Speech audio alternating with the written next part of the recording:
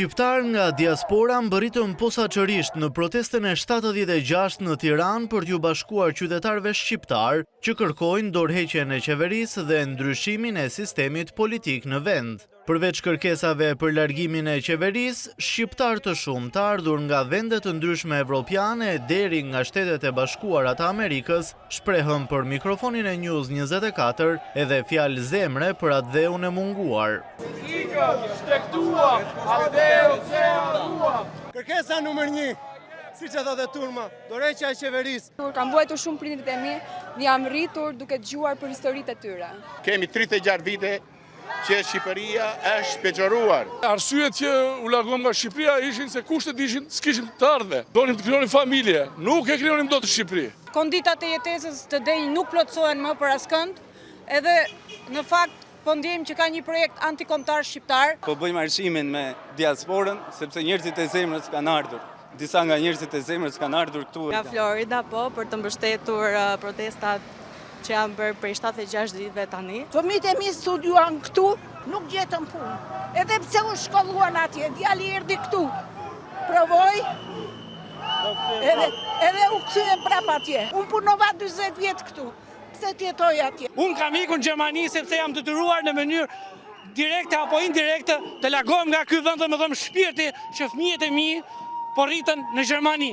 Marshimi i diasporës në mbështetje të revolucionit të flamingove nisi nga sheshi pranë stacionit të trenit për t'u bashkuar më pas me protestues të tjerë në sheshin Skënderbej e mëtej drejt bulevardit Dëshmorët e Kombit.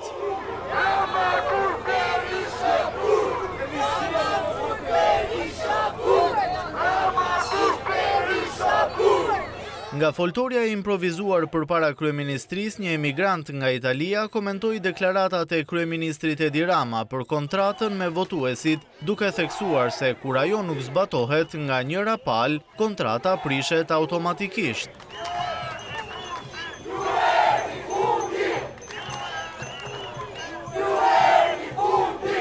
Edi Rama sot me patërpësinë më të madhe thotë që unë kam një kontratë me popullin shqiptar. Por Edi Rama duhet kujtoj sepse një kontratë duhet respektohet dhe ku njëra palë e kontratës nuk përmbush detyrimet e saj, pala tjetër ka drejt automatikisht që të dalë të gjithë këtoj kontratët. Një ere që po ndërton jetën e saj në Munich të Gjermanisë tha se patriotizmi i vërtet është mbrojtja e vendit dhe dinjiteti i njerëzve. Patriotizmi i vërtet është të respektosh tokën dhe natyrën, të trajtosh njerëzit e tu me dinjitet dhe të ngresh zërin kur vendi yt ka nevojë, sidomos tani. Duke komentuar hapjen e konsullatës serbe në Shkodër, një prej shqiptarëve nga diaspora tha se synimi i vërtet është ngritja e varrezave për ushtarët serb të rënë në Shkodër në vitin 1913. Të jepet konsullat në Shkodër është e qëllimshme për të arritur aty për të bërë varret e ushtarëve serb që kanë rënë në pushtime sipër të Shkodrës në vitin 1913.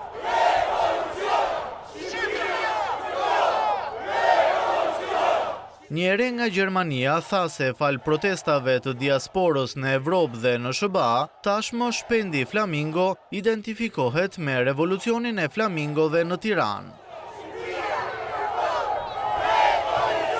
Gjërat kanë arritur deri në pikë sa njerëzit kur shohin flamingon si shpend, direkt mendojnë te revolucioni jonë. Pra kemi arritur ta bëjmë simbolin tonë.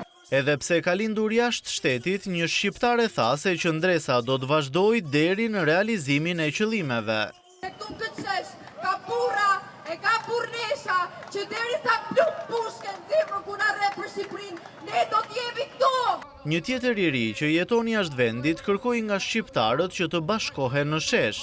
Doja gjithë shqiptarët, kudo që janë që t'i bashkohen protestës dhe ta mbështesin kundër gjithë padrejtësive që janë bërë gjatë gjithë kohës. I ardhur nga Kanadaja, një tjetër emigrant shqiptar tha se ata ishin zbuar dhe nuk kishin dashur të largoheshin nga Shqipëria. Të gjithë neve na zbuan e nuk ikëm sepse deshën t'iknim. Ikën sepse na pamundsuan Shqipërinë tonë. Na larguan që këtu sepse nuk na duan ne. Gazetari News 24 Osman Stafa tha se 76 ditë protest nuk janë thjesht numra, por historia më e bukur që ka parë Shqipëria në historinë e saj. Duke i konsideruar protestuesit misionar, Stafa tha se shtatori premton shumë për të ardhmen e vendit. Sepse shtatori premton shumë. Shtatori është besa e shqiptarëve për Shqipëri, qytetar ngrihu për Shqipërinë. Jo për partin lore këtë herë, besoj Shqipërisë, flamurit dhe këtij sheshi.